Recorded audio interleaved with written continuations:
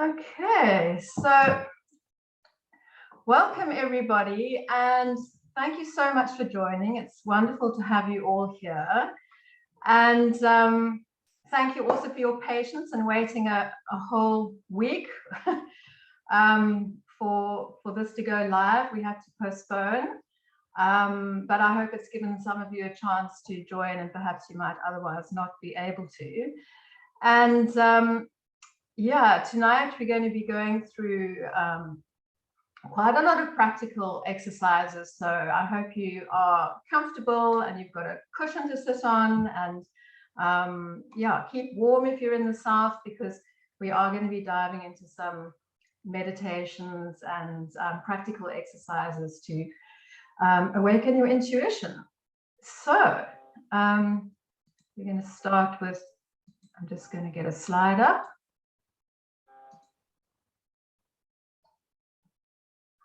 Okay, so just want to tell you a little bit about intuition and my approach to it before we dive into the exercises. So essentially, intuition is something that we all have. It springs from your divine intelligence, and it really is the most powerful voice of truth and inspiration available to you. It is a direct hotline to your soul. So when you are living from a place of intuition, you are going to be connecting to your authentic self and to your destiny path. It really is a sacred compass. It's a built-in GPS to navigate your highest path, and everything you need to know about your life, about your path, is contained within. So if you're connecting with your intuition, then you connect with that highest potential, if you like. And this really is the art of living from an inner reference point, as opposed to sourcing your life from external forces, external voices. There are a lot of competing voices. And if you can do this, it really is a major shift from trying to figure things out and doing what's expected of you to being guided by life itself.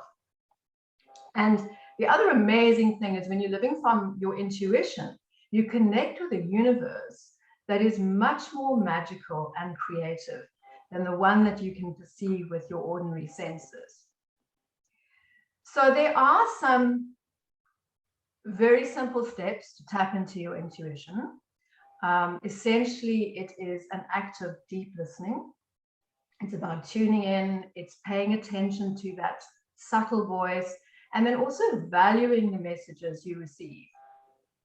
And with that, building a working relationship with your intuition. It's not something that you tap in on occasion.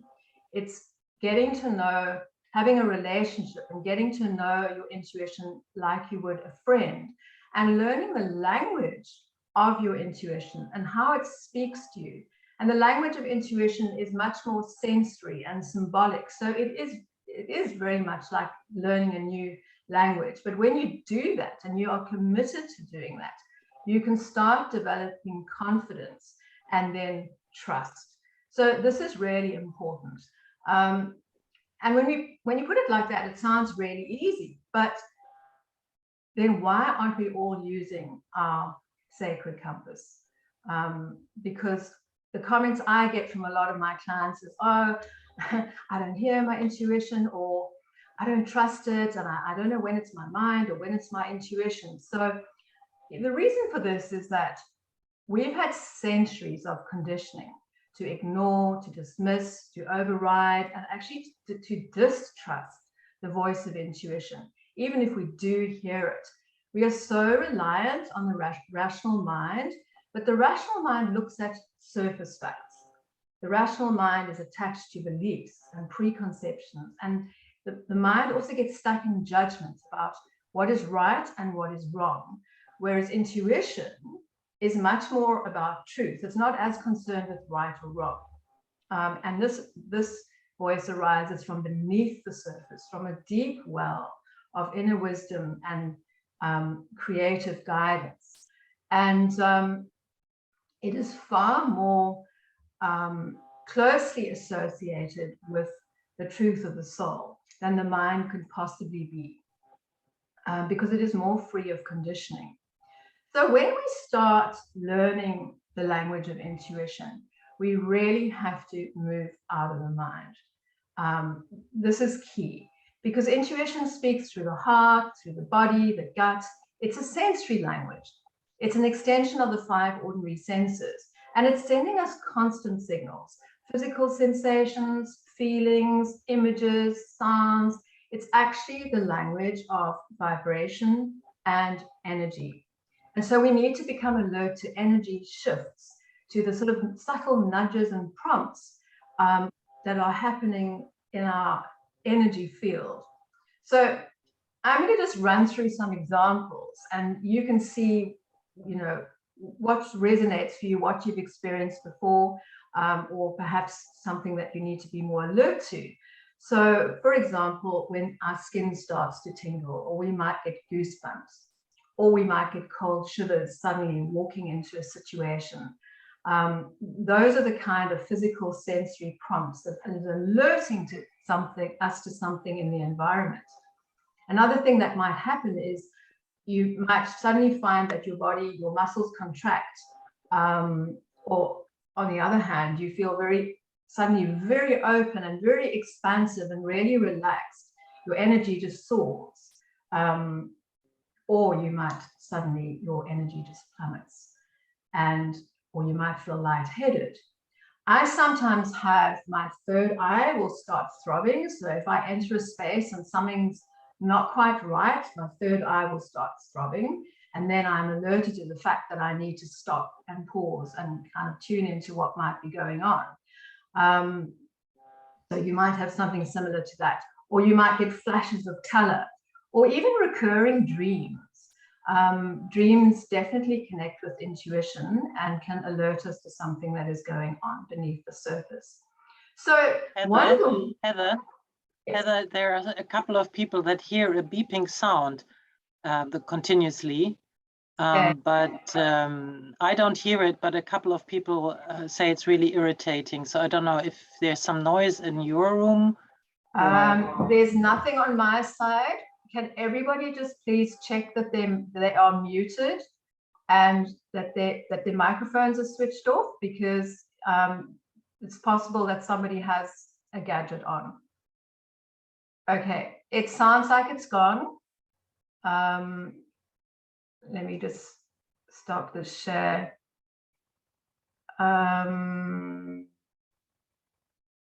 Okay, it sounds like it's gone.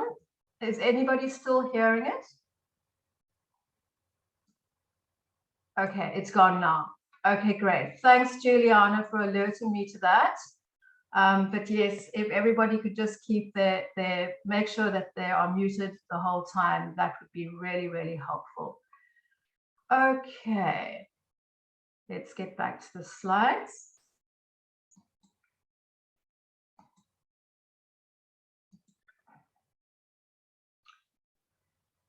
Okay, so when any of those sensory signals arises,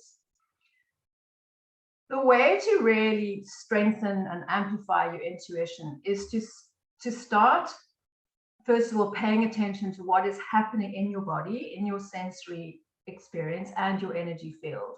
But then when something arises, to stop what you're doing and really tune into the sensation, or perhaps it's an emotion, and make it bigger. So sort of, it's almost like zoning in and then making it bigger. And then ask whatever it is, what are you telling me? What is this pointing to? So you literally enter into a kind of a dialogue with the signal. And then go with the first thing that arises, that is usually spot on. And the really important thing here is to keep your mind out the way, because your mind will come in and say, oh, that's rubbish, or it can't be that, or that's stupid. It loves to say those kinds of things. And that's really not helpful when you're working with intuition.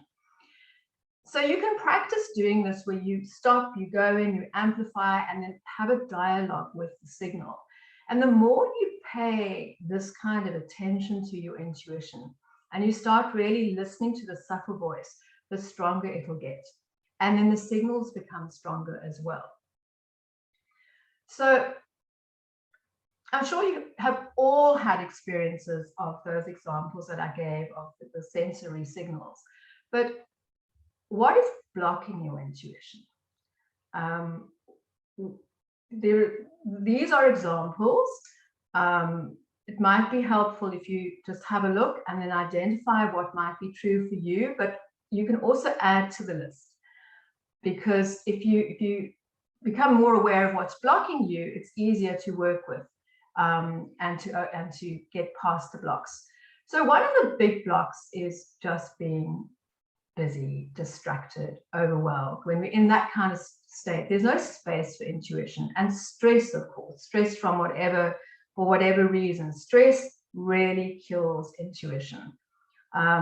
Anything that takes you away from, quietness and stillness, but also things like being disconnected from your body and not being grounded and being too empathic, taking on other people's energy and emotions, doubting and second guessing. The other thing that is a real intuition blocker is needing certainty. Intuition doesn't provide certainty. So if you really need certainty, you're going to be resisting having an intuitive sort of take. And then also just negative beliefs about intuition. If you don't believe that intuition works, or if you think it's stupid, then your intuition is not going to be as chatty. So yeah, add to that list, see what resonates for you. And we're going to zone in on 3 of those blocks and work with that this evening. Okay, so the 3 major intuition blockers. The number one thing that blocks us from our intuition is being disconnected from our physical bodies, not being in the body and not being grounded. Another major block is mental dominance. So when we are overthinking, analyzing, questioning, judging, criticizing, when we engage in that kind of mental activity, there is no space for intuition. And then the third block we're going to work with this evening is emotional overload, particularly in the form of empathy. Believe it or not, empathy can really get in the way. So the first block, not being in the body and not being grounded, just very briefly, just to explain why that's such a block. Think about it. Your physical body is a container for your sensory experience. And if you're not connecting with your body and you're not even aware of the sensory experience or the sort of minutiae of that sensory experience, then you are actually cutting off the feedback loop. So not being in the body and not being grounded can feel like, you feel a bit floaty, you can feel numb, you can feel not present. Even not liking your body is a form of disconnection. And if you're any of these things, numb or disconnected or floaty, you're going to miss the signals. You might not even be aware of the intuitive signals. And if you are, you're more likely to dismiss them or ignore them. The other thing is that disconnection from the body keeps you stuck in your head, which leads to block number 2. So how do you overcome this physical block? Well, the obvious thing is that you need to focus on your grounding and strengthen your connection with the earth. But most of all, it's about connecting to your physical body and being more aware of your sensory experience and getting out of your head. This will improve the energy flow in the lower chakras. And when the lower chakras are stagnant, you cut off from the intuitive signals that arise in the womb and from the gut. That lower energy body is so important when it comes to intuition communicating with you. So we're going to do an exercise called What is Your Body Telling You? And you're going to have an experience of connecting with the lower energy body and hopefully get a sense of how you can overcome this block. So if you would like to just get comfortable and you're going to close your eyes and go into a meditative state, and I'm going to talk you through this exercise. So just taking a moment, close your eyes and take your focus inward. And then if you could place one hand on your heart and one on your belly. And then breathe in through the nose and out through the mouth. Breathe in through the nose and out through the mouth. In through the nose, out through the mouth. And then take a deep breath into your chest. Feel the breath under your hand. And keep breathing in your own rhythm. Feel your shoulders coming down. Drop your chin slightly.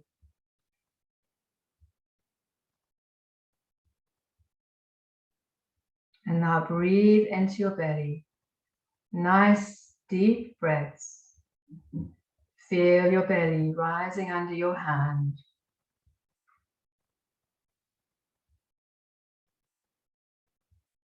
Feel the weight of your body on your chair or your cushion. And bring your energy into your lower body with your breath.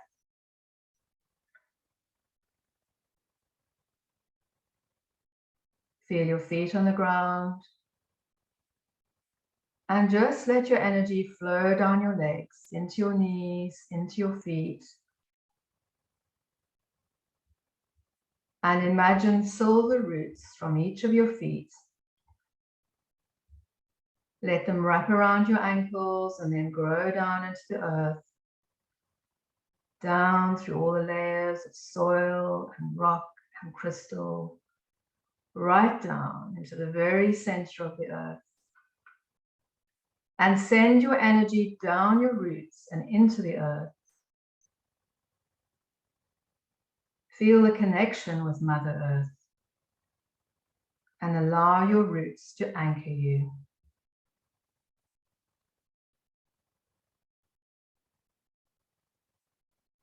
And just feel that sense of being anchored and held in the earth, connected.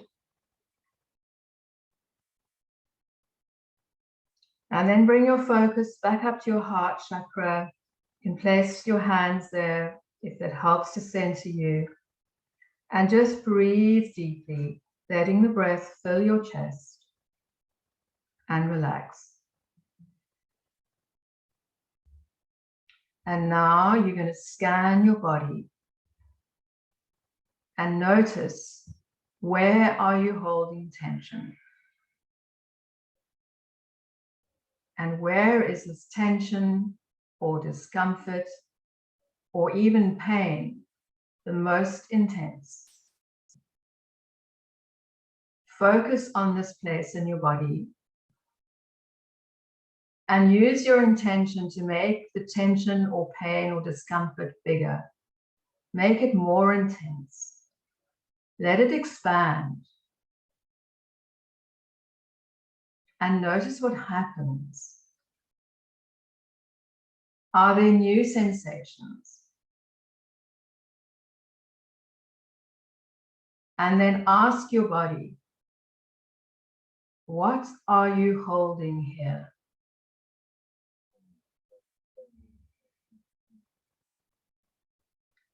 Let your body speak to you and just see what comes. Don't think about it or censor it.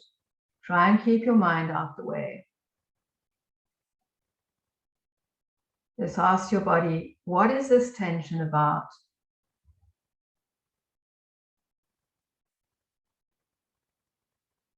What are you telling me? And just the first thing that pops into your head, just make a note.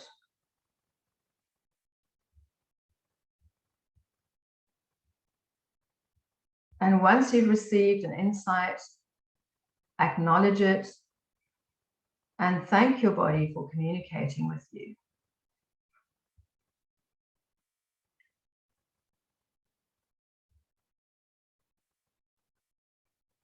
Just take another moment.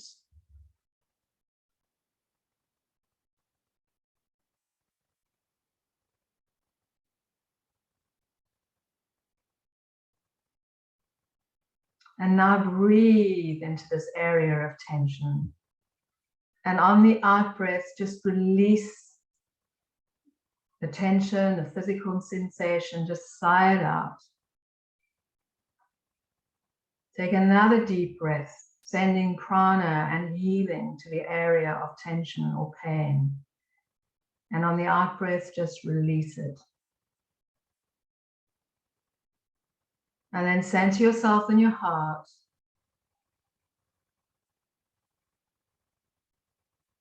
Make sure that your roots are firmly down. And when you are doing this on your own, you can just repeat the process as many times as you like. But for now, we're going to come back together, and I'd love to hear in the chat how people experience that, and anyone gets some direct feedback from the body, any unusual sensations. Anyone want to share in the chat?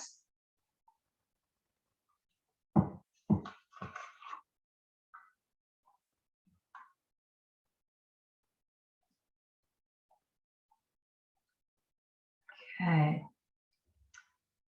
All right, so back pain. The grounding with the roots felt really good. Great, Juliana. Third eye pressure. Okay. Did anyone get their bodies telling them anything about why there was pain, why there was discomfort, inability to see the big picture? Wow, that's interesting. Gut fear. Okay. Anger. Right. You're trying too hard. Wow. Interesting one, Elaine. Tension in the shoulders. And what did the tension in the shoulders mean?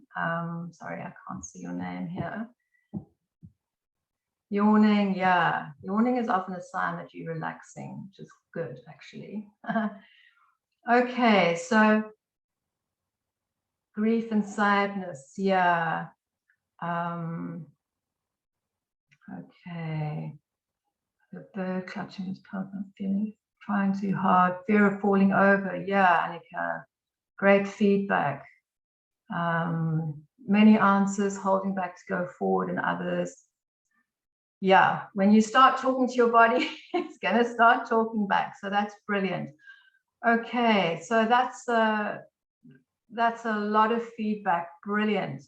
And I mean, we did that exercise really quickly, and because I want to show you, 3 powerful tools that you can work with. But when you do this on your own and you slow it down and you repeat the process, you're gonna get a lot of feedback. So great, that's how you start that sort of dialogue going with your body. All right, so we're going to move on now.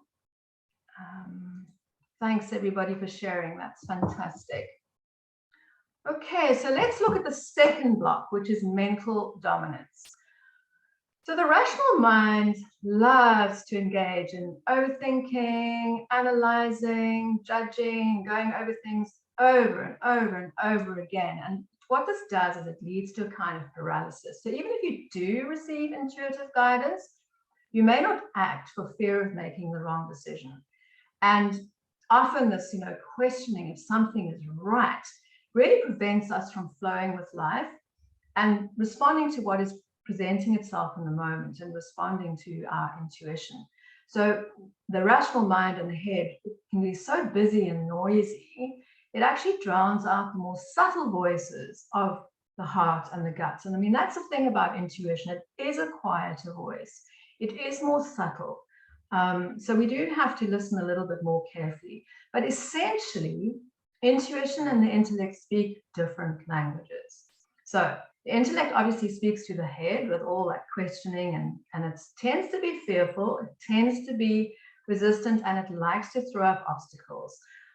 It's a problem-solving mechanism, whereas the intuition speaks through the heart, through the body, and it is about the deeper stirrings, which feels so different from the insistent voice of the mind. But yeah, we have to really kind of just work a little bit harder to hear that quieter voice.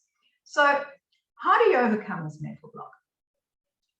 First and foremost, we have to learn the language of intuition, so you can discern when it's the mind speaking and when it's your intuition speaking. But something that's really important is that the rational mind, although it is really, you know, we need the rational mind for all sorts of things, but it's actually meant to be in service to intuition. And we have to train the mind to be second in command. The other aspect that's really helpful to overcome this mental block is to open the heart chakra and create more of an energetic coherence between head and heart, because this really helps the mind to quieten down and to take a back seat. So in the next exercise, we're gonna work with that heart coherence and ask your heart a question. So what I would suggest is that just before we get started, while you're getting comfortable, think of a question that you have about your life. It can be big, can be small, doesn't really matter because we're just practicing. But have a question, and yeah, then we're going to dive in. So when you're ready, again, just place one hand on your heart and one on your belly, and become aware of your breath. Just breathing in and out in your own rhythm. In and out, deeply, slowly. And then take a deep breath and feel it filling your chest under your hands. And as the breath fills your chest, feel as if the whole of existence is pouring into your heart center, filling the heart with everything that is, the universe, the divine, the life force energy, prana. And then exhale deeply and feel that you're pouring all that has been given to you back into the universe. And now breathe a little more slowly. You're going to breathe in for 6 counts. 1, 2, 3, 4, 5, 6. And out for 6 counts. 1, 2, 3, 4, 5, 6. Imagining the energy flowing in and out of your heart. And just do that again. In for 6 counts, out for 6 counts.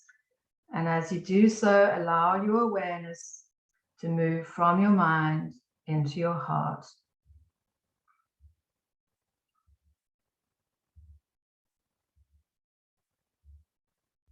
And as you keep breathing, just drop deeper down into your heart. In, 2, 3, 4, 5, 6.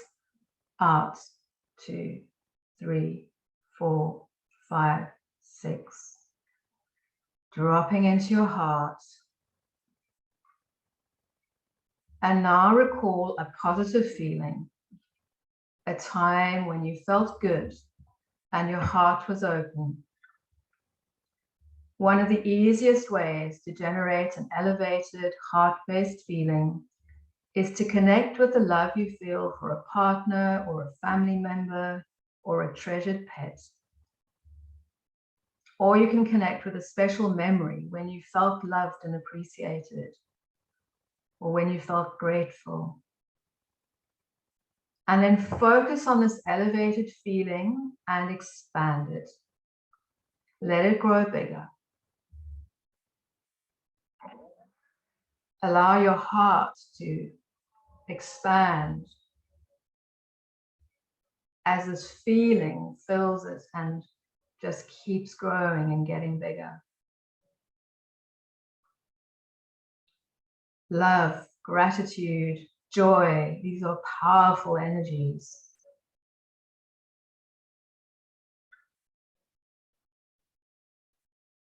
And once you feel that expansion, ask your question.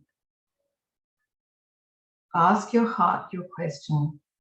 Make it concise. And listen to your heart for an answer. It may come in many ways. Just notice any changes. So does your heart, when you ask your question, does your heart contract? Or does it seem to open even more? Does your energy suddenly drop? Or do you feel lighter? Are there any new feelings that come up? Are there any other sensations? Perhaps there's colors or images. Just notice what's happening in your heart. Notice these shifts. This is intuitive information.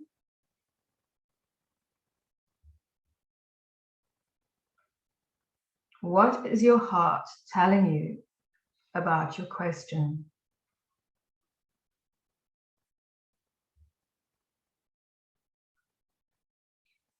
Just notice without any judgments or commentary. And keep your mind out the way.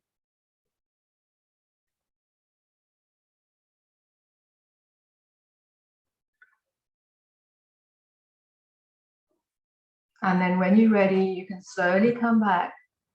And you might want to take a few moments to write down what happened and what your heart knows about your question.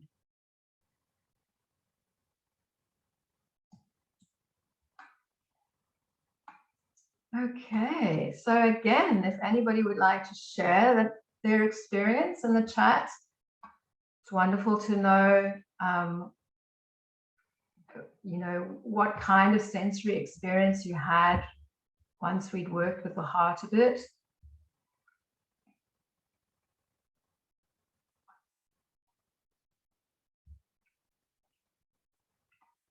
Okay, Tobias, you had the feeling that still your mind is somehow interfering. Yes, that's really normal. And the most important thing with all of these tools is that you need to practice. And the more you do it, the easier it will become. But the mind does love to interfere. That's normal. Okay, anybody else? Anybody have an experience of their heart really communicating? Lower energy, dark colors. Okay, Marlisa.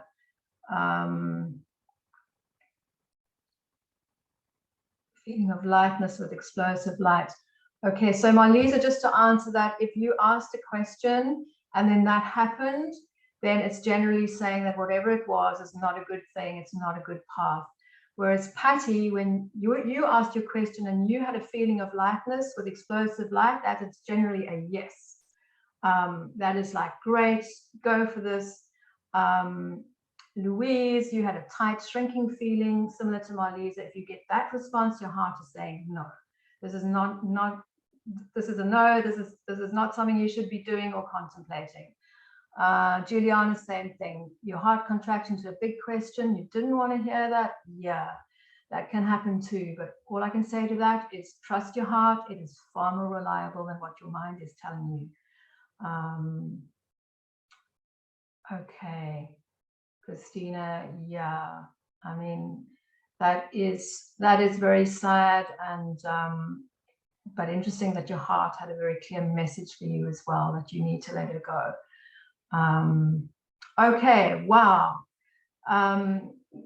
Everybody seems to have had, well, everyone who's on the chat seems to have had a really very powerful experience. And as I said to Tobias earlier, the more you practice this, the more you're going to get this kind of feedback. And it actually is really so simple, but we just have to take the time to do that, that quietening down and getting out of our minds. Okay. All right, so we're going to move on to the next exercise. Thanks everybody for sharing. It really is so helpful if you share your experience, because then I can kind of get a sense of how it's landing, which is great. Okay, so let's move on. Block number 3, empathy overload. Yeah, empathy, this is a big one. So very, very likely that many of you on this call are empaths. And empaths tend to get overloaded with other people's energy. So empathy is basically the natural ability to connect emotionally with others, to feel their feelings, to understand their pain. It really is an amazing gift, but the problem arises when we over-identify with other people's issues and we start taking on their emotions, or without even realizing it, we absorb too much of other people's energy. And this is so common for people who are sensitive and empathic. But what that can result in is a disconnection from your sense of yourself, from your own center. And it can leave you feeling really drained in some cases, and ungrounded and uncentered, and also with very unclear boundaries. Because if you're absorbing too much energy from other people, it kind of makes you feel unsure of what is yours and what belongs to someone else. Where do I start? Where does someone, where do I start and finish? And if this sounds familiar to you, then it's very likely that you are experiencing empathy overload. And empathy overload is a big intuition blocker. And the reason for this is because if you don't have a clear sense of what is yours and what belongs to someone else, then you're not going to be able to distinguish between the internal voices and the external voices. It all just gets terribly confusing, and basically it knocks you off center. Okay, so what is the cure for this? How do you overcome this emotional block? Well, obviously it's not just a quick fix, but these are some general guidelines. So the most important thing is you need to develop healthy boundaries, both emotional and energetic. And I know that's easier said than done, but even just having the awareness of that is really helpful. And then also constantly center yourself in your own energy and release other people's energy from your field. And if you find yourself hooking into other people's emotions or taking on their energy or wanting to help them, fix them, then take a few deep breaths, detach, and connect back into your own energy, into your own body. So the number one tip for empaths is observe, don't absorb. And if you have a tendency to rescue, then don't rescue, because this is a form of attachment which lands you into all of this kind of empathy overload scenario. So this next exercise is really for all the empaths among you, but actually it's helpful for anybody. And it's called releasing energy that isn't yours. It's a slightly longer one, so get comfortable. And you're going to set an intention to release energy that isn't yours. You don't even have to know what that energy is, but just set that intention to release energy that isn't yours. Okay. And then as usual, close your eyes, take your focus inward and connect with your breathing. And this time you're going to take your focus to your solar plexus just below the diaphragm. You can place your hands there. It helps to focus the breath and the attention. And just breathe into the solar plexus and get a sense of how it feels today. Is it tense? Does it feel tight? Does the energy feel strong? Does it feel drained? So just take a moment to connect with your solar plexus and get a sense of what's happening there.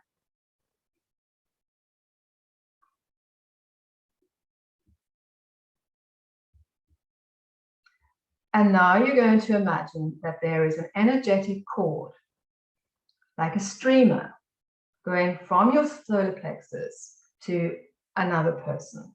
So it sort of goes from the solar plexus out your aura and goes to another person. And when you visualize this energetic cord and you follow it to the end, who is at the other end of the cord? Who pops up? And how do they seem? Do they look angry, sad, needy, or totally disinterested? Just make a note and surround this person in a bubble of white light. And if more than one person pops up, go with the person who appears sort of brightest, strongest, most intense, or that you just have a gut feel that you have to work with.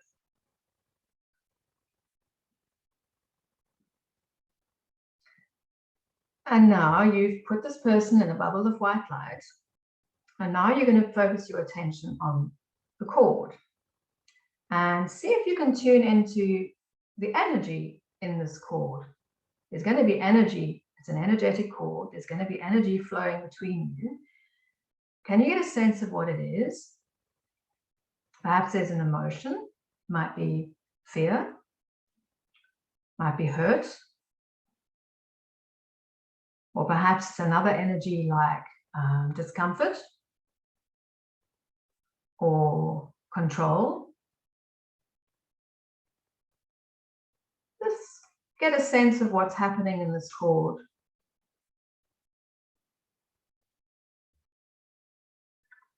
And then tune into this cord a little bit further and see if you can get a sense of which direction the energy is flowing. Is the energy flowing from you to the other person? Or is it coming from the person towards you? Or maybe it's going both ways. Just get a sense of what's happening. And don't worry if you can't, if that doesn't come. It's just some prompts to see what you can pick up.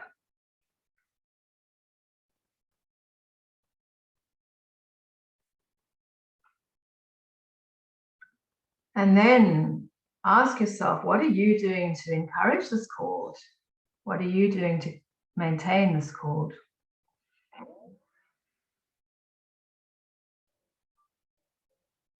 And now it's time to make a choice. Do you want to keep this cord? You're perfectly welcome to do so. And then the current dynamic between you and this person. Or would you like to cut the cord? So if you'd like to cut the cord, then you can silently to yourself or telepathically to the other person state your reason for cutting the cord. So it could be something like, I'd like to have a healthier relationship without this particular dynamic of fear, control, hurt, whatever. So find your reason and communicate this with the other person telepathically. And now you're going to cut the cord. So you are going to take an etheric scissors or a knife or even a big sword. I love to have a sword, feels powerful. And then cut the cord between you.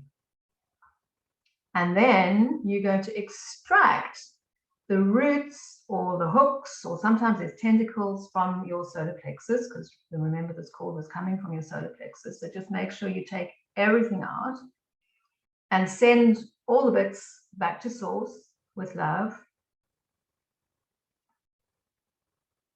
And now you're going to imagine cleaning your solar plexus with white light. So you can take your hand and just channel white light into the solar plexus to clear it, to cleanse it.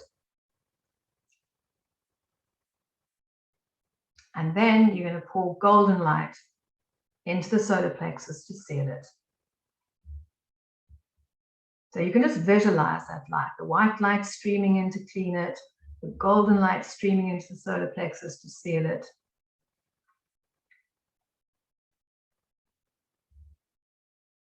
And then you can say telepathically to this other person, I give back all that is yours and take back all that is mine.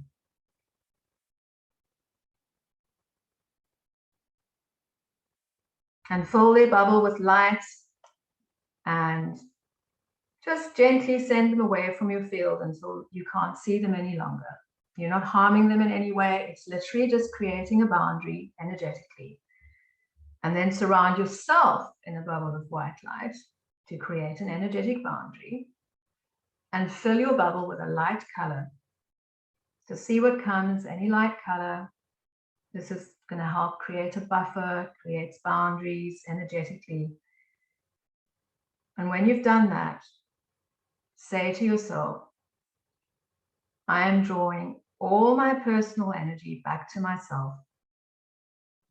I center and balance in my own energy.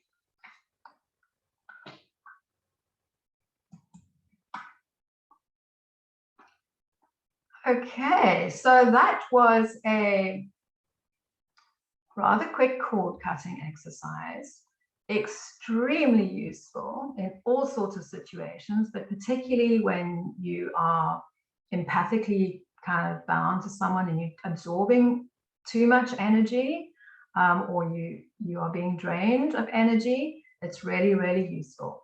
Just remember when you do that, that when you've cut the cord, that you do take all the bits out, that you fill with white, cleanse with white and fill with gold. Yeah, that's really helpful in a lot of situations. So would anyone like to share that experience? And of course, what we're talking about here is that this is about releasing other people's energy so that you can come back to center, so that you can have healthier boundaries. And in terms of intuition, when you are centered and in your own energy, you are far more able to pick up all the signals.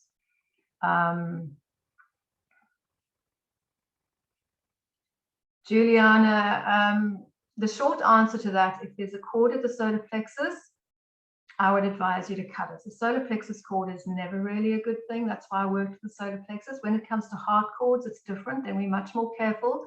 But a solar plexus cord, my advice to you is cut it. It's not going to have any negative effect on the relationship. It can only have a positive effect.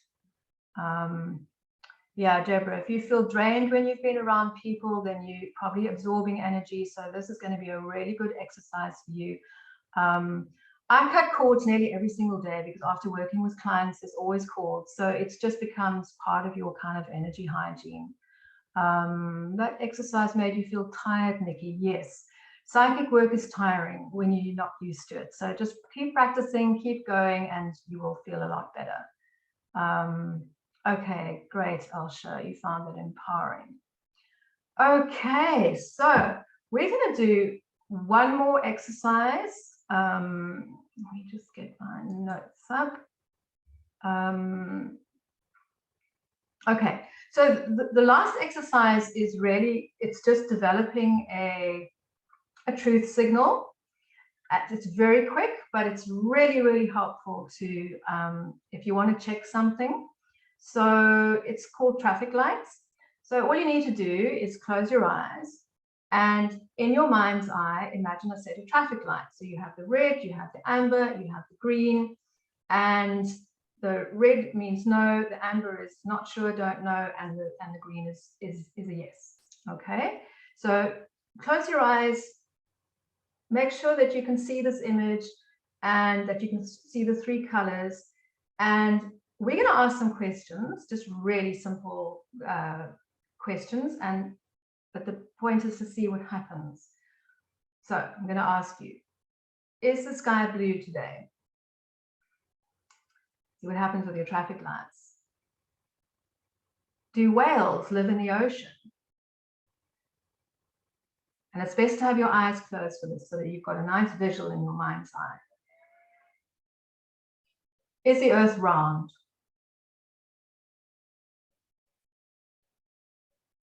Do you have a brother?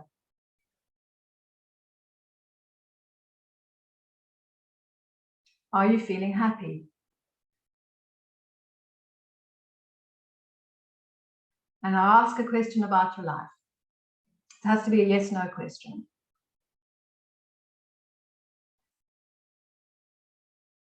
Okay, so that's a really quick, it's like a truth test, something you can use to double check an intuitive signal. It's something you can ask for a quick yes/no question. Anybody want to give some feedback about that one? I love that one. I use it all the time. There's quite a few others, but if you're visual, if you tend to be more visual, then that is a really good one to go with.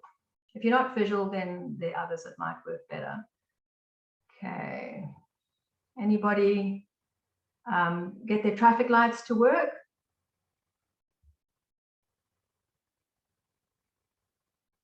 Last question was, are you grateful? That's interesting. And what was the answer? Got an amber. Okay, well, you thought you would.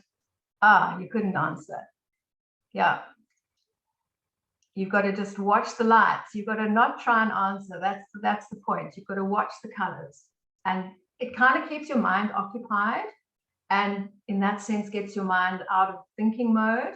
And that's why it's so powerful, because you're focusing on something else. Okay. All right. That's a fun one, but actually extremely useful. And on that note, let me just get back to the screen.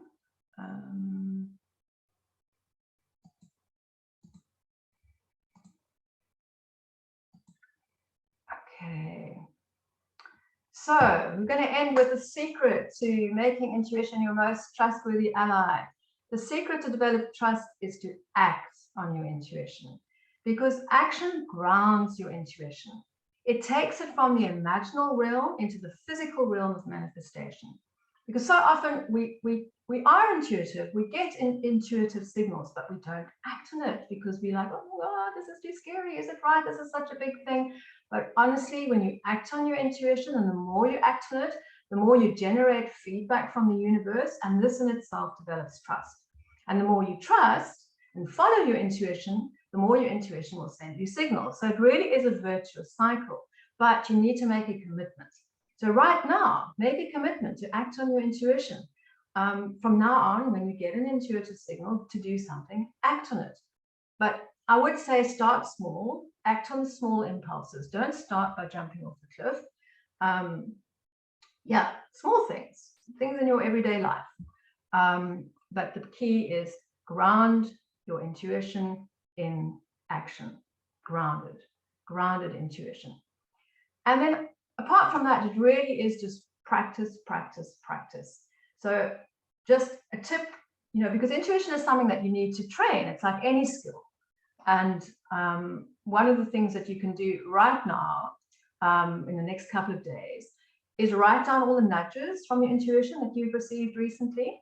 So what has it been telling you that you've been either ignoring or maybe too afraid to act on?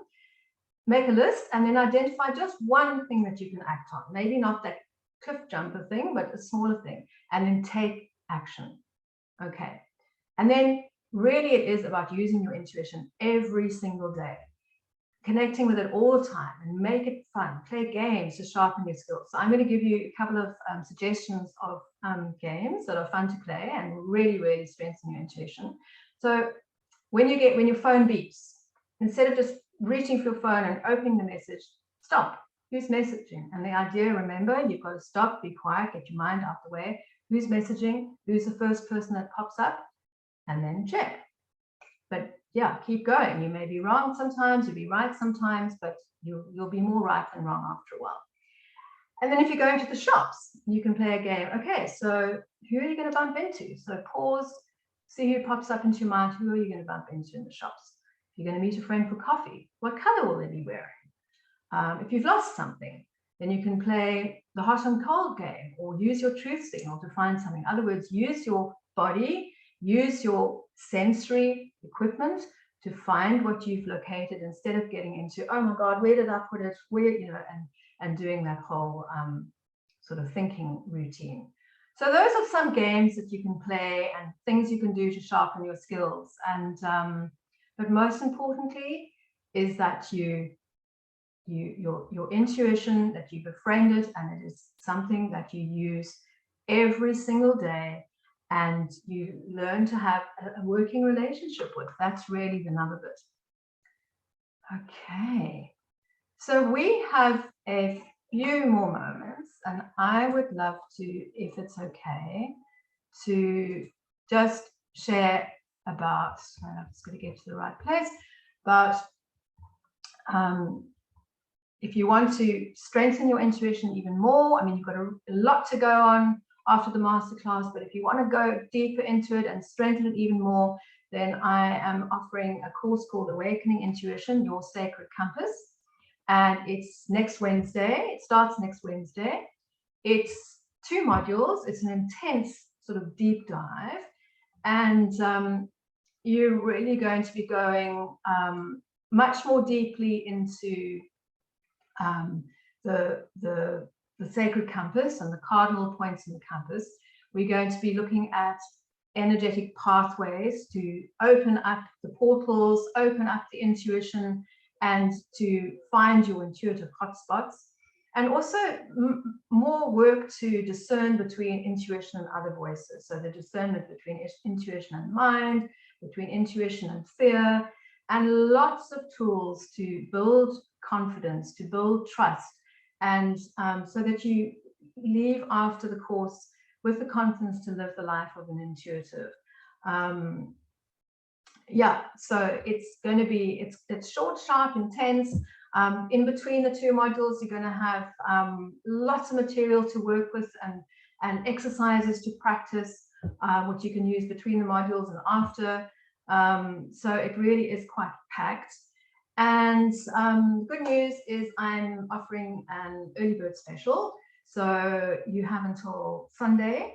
And if you sign up by Sunday, then you will get the Learning the Light Body course for free. Now, some of you might have done it, but if you haven't done it, the reason I'm throwing the Learning the Light Body course in for free is that there's it'll take you through grounding and lots of different tools to ground. It also is there's a lot of exercises to open your intuitive senses and really tune into your energy field. So you'll get a fabulous foundation, which you can work with, you know, alongside the course. But that is available if you sign up before Sunday. But yeah, let me just go to the last slide, and then you can just see.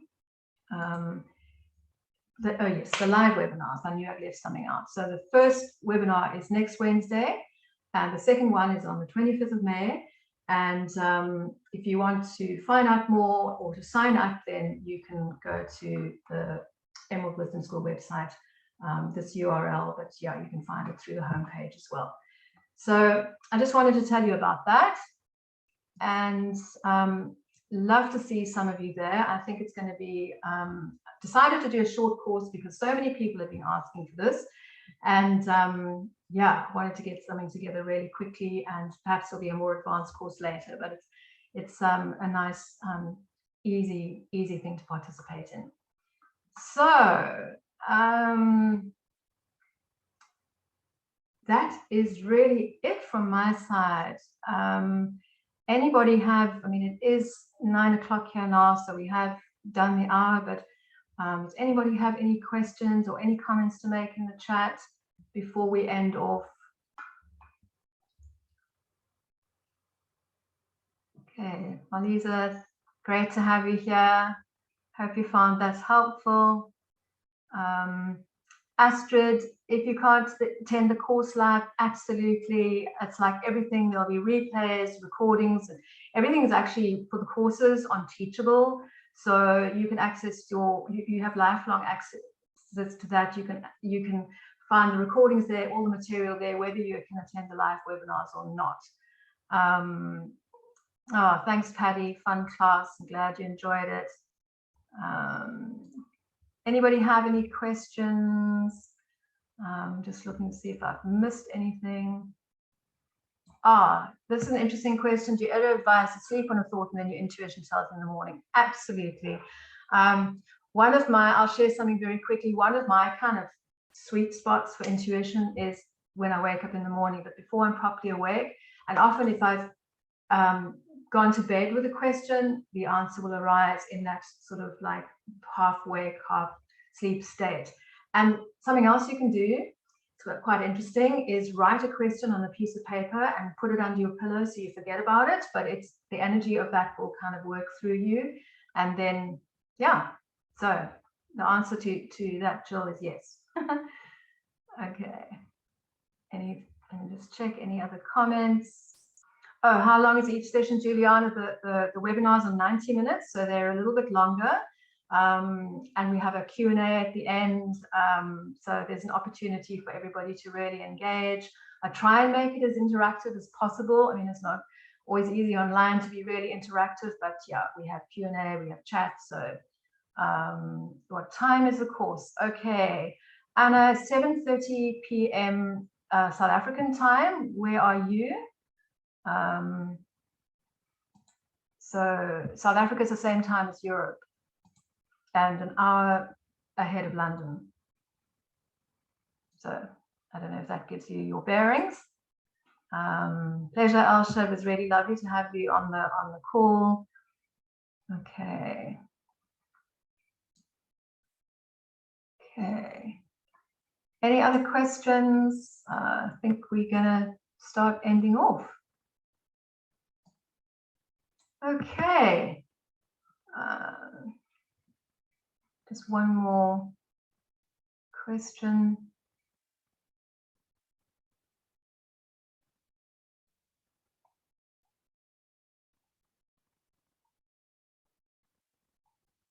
Okay. All right, everybody, thank you so much. It's really been wonderful having you all here. I hope that you're going to find the tools useful. I would really urge you to practice as much as possible, and the tools that you've learned, and practice, play with the games as well. And I hope I'll see some of you on the course. Okay, so enjoy the rest of your I was going to say evening, but day, evening, wherever you are in the world. And thanks very much. Bye. Thank you so much. Bye-bye. Bye.